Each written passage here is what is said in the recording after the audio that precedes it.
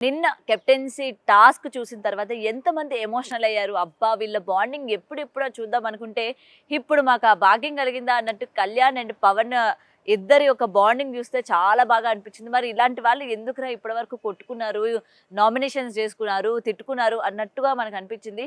So ఎపిసోడ్‌లోనే ఏంటంటే కొన్ని highlights మనం మాట్లాడుకుందాము. సో చాలామంది వీళ్ళ బాండింగ్ లోపల ఎలా ఉంటుంది, అంటే బయటకొచ్చాక ఉంటుందా లేదా అని చెప్పి చాలామంది అనుకుంటూ ఉన్నారు. బట్ బయటకొచ్చాక వీళ్ళు ఎలా ఉంటారు ఏంటనేది పక్కన పెడితే, హౌస్‌లో మాత్రం చాలా బాగా అనిపించింది. అండ్ లాస్ట్ కెప్టెన్సీ టాస్క్ ఇదే.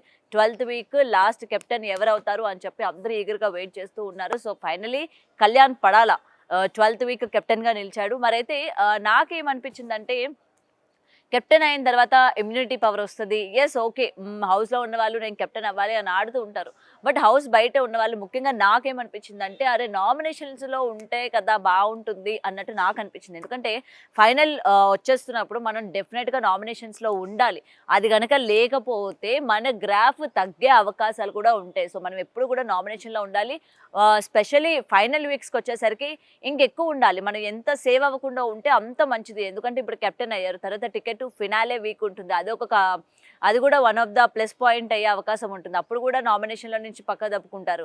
సో కాబట్టి మనం కంటిన్యూస్‌గా జనాలకు ఉండాలి అనంటే ఈ లాస్ట్ 3 వీక్స్ అన్నవి చాలా ఇంపార్టెంట్. ఓటింగ్ విషయానికొచ్చేసరికి తారుమారయ్యే అవకాశాలు ఉంటాయి. సో ఇప్పుడేంటంటే కళ్యాణ్ పడాల కెప్టెన్ అయ్యాడు కాబట్టి నెక్స్ట్ వీక్ నామినేషన్‌లో ఉండే అవకాశాలు లేవు. సో అది మనకి క్లియర్‌గా కనిపించింది. సో కళ్యాణ్ ఓట్లన్నీ కూడా కళ్యాణ్ అండ్ తనూజ పేరుని ఇష్టపడే తనూజకి పడే అవకాశాలున్నాయి. సో కళ్యాణ్ ఇంకెవరితో క్లోజ్‌గా ఉంటే వాళ్ళకి ఓటింగ్ పడే అవకాశాలున్నాయి.